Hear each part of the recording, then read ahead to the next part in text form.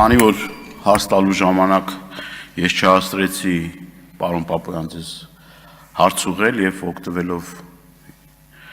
հնարավորությունից ես նախ ուզում եմ ձեզնից պարզաբանումներ ստանալ տևական ժամանակ արդեն մեր բեռնափոխադրողները կանգնել են լրջագույն խնդրի առջև հարյուրավոր մեր հայրենակիցներ զրկված են իրենց ապրուստի միջոցից հայտնի սահմանափակումների պատճառով 90 օրյա ժամկետի սահմանափակման պատճառով մարդկանց դեպորտ են խփում եւ արդեն երեկվանից բեռնափոխադրողները ստիպված են եղել 3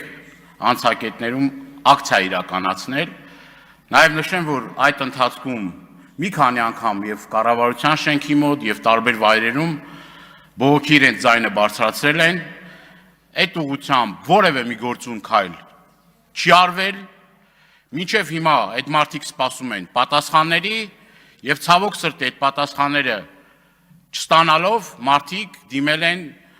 անհնազանդության, խաղաղ անհնազանդության միջոցի, Բավրայի անցակետում, Բագրատաշենում, Գոգավանում երեկվանից արդեն մարդիկ նախորդ իդեպ զգուշացրել են ձեզ, որ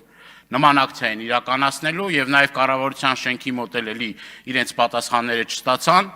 սա շատ լրջագույն խնդիր է մեր տնտեսության համար արդեն բավականին շատ տնտեսվարողներ էլի այդ հարցով դիմել են եւ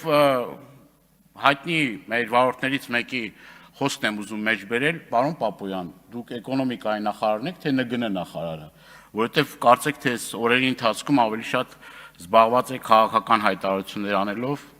փոխանակ ձեր բուն գործը անելուց